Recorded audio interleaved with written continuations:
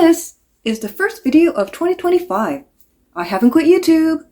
I had a very critical health issue that was so devastating and painful, I actually qualified for one of those handicap things, the ones you put in your car to park in the handicap spots. I'm fully not in the clear yet. My latest treatment was 3 weeks ago, but I feel so much better. I'll make a separate video to talk about that later. I am so glad to be back. I am so touched that even though I haven't posted a video, my subscriber count hardly went down. My watch hours have obviously dropped, so I'll need to rebuild that so that I can get monetized at some point. I will continue to do the 3-item comparison videos as those are my favorite to do and get the most views on my channel soon.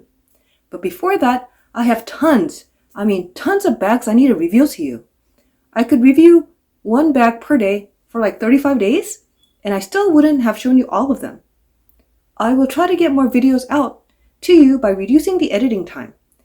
And yes, this is my regular voice. I got comments that I sound like a robot, and that's because I sped up the talking. I have this concern, I guess in my head, that people could click out of the videos, so I try to speed it up, but I'll stop that. I think die-hard cravers, yeah, can I call you that? Will watch the videos whether I speed up the talking or not. Today's video, what items I returned last month, is a great suggestion from a subscriber. If you think I buy a lot, which I do, I return at least 5 times more. Not because I'm indecisive, because I do a lot of research prior, but because for one reason or another, there's something I wasn't able to foresee. Sometimes you have to have it in your hands or try it on to make a decision. I think sharing with you why it didn't work is as important as why I kept things. So in this video, I'll tell you why I bought it, what was the goal or the reason I thought this would work, and then why unfortunately I had to return it. There's 7 items today, and each category will be timestamped. We'll go from the least to most expensive. Item number 1 is a small leather goods. I started adding vintage multicolor pieces 2 years ago, before we found out about the Murakami 20th anniversary release. One of my deal breakers is white or light colored zipper. But I made an exception because a white multicolor back from the new collection could be coming my way soon. And I wanted a white multicolor wallet of some sort to be matchy-matchy with this new bag. This one, the seller stated there is no visible issue on the outside. And it's completely new condition on the inside.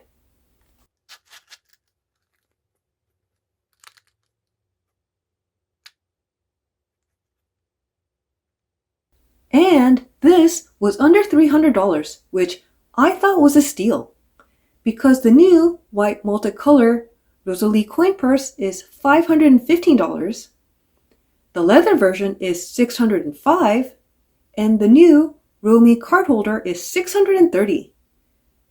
If I can even get one. But this came with a stain on the outside. Can you see it? And that is the biggest deal breaker for me. It really bothers me, so I want to send it back. I bought this using a proxy service from a Japanese seller. This is technically final sale, but I'm waiting to hear back from the proxy service to see if they will take it back. So the question is, would I buy this again? And the answer is no, because this has the lighter pink on the inside, which is actually the pink I would prefer. But all my other multicolor pieces have the fuchsia pink.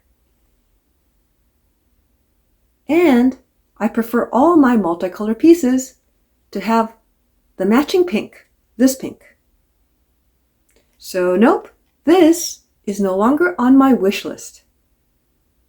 Number 2 are accessories, to be specific, sunglasses. These are my Max Mirror sunglasses I bought 6 years ago, and I realized recently that this is not the right color for me. So I'm selling these and I want to replace this in the same style but a different color. I tried this one with the brown gradient lens, but the brown was not a shade that flatters my skin tone, so I sent that one back. Then I tried this light orange color one, which was even less flattering. Would I keep trying this in another colorway? Absolutely. Like Goldilocks, I'm looking for just the right one. Next, I returned these Gucci sunglasses.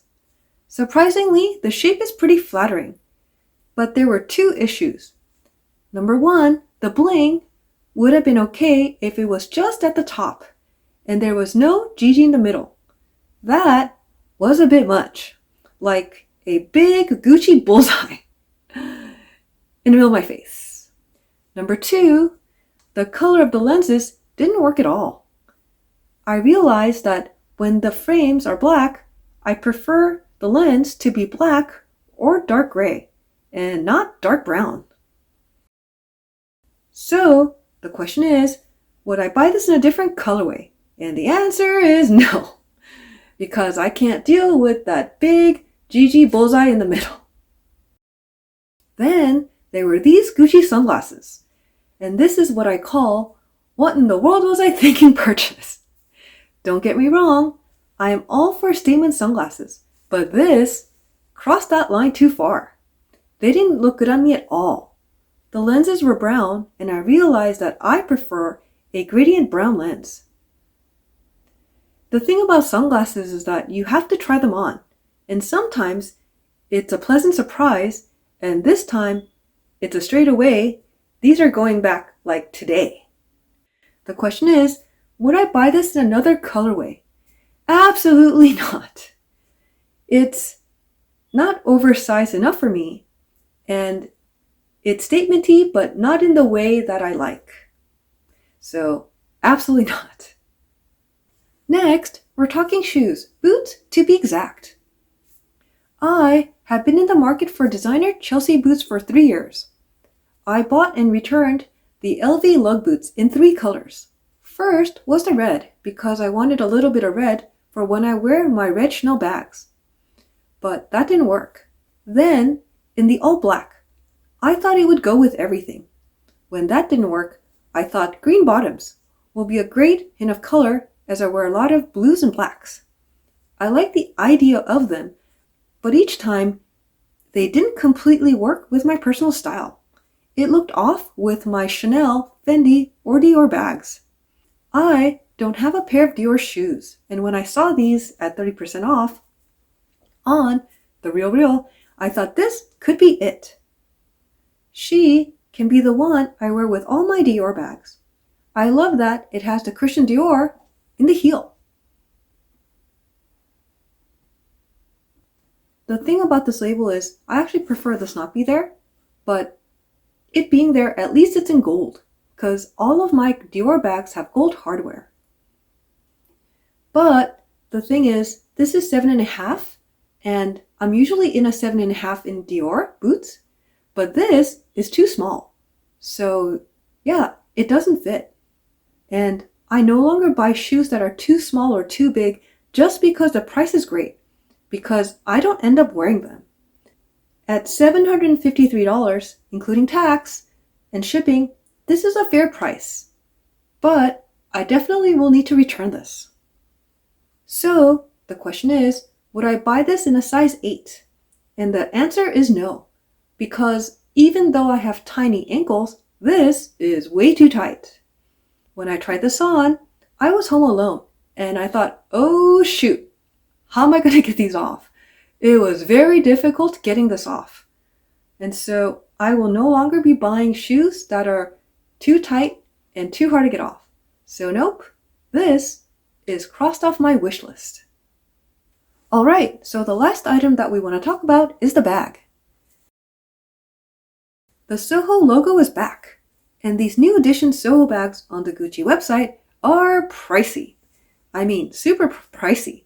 So I started to look at the vintage market to see if there's any older versions. I looked at the leather versions and stumbled on this denim version. I don't like this brown with denim, but this tassel is detachable. And yes, the handles are brown, but I think I can kind of deal with that. I love that it has the gold chain. If it was silver chain, I would have passed. I bought this because I can never have enough denim bags. When I was in a lot of pain, I didn't reach for any bags in leather at all. I couldn't be bothered. I only reached for lightweight fabrics and more carefree bags such as denim. The listing said this was used only a handful of times and stored. So I was like, this is it, I found it. But when I got this is not as blue as in the photo. There's some areas that's slightly green, and that's because of the wear and the fading. But the issue is there's a defect on the front that was not mentioned in the listing or shown in the photos. There's a defect here. If the defect was on the back, that would still bother me because I overpaid for this. But on the front, that was a solid no thank you. I want my money back.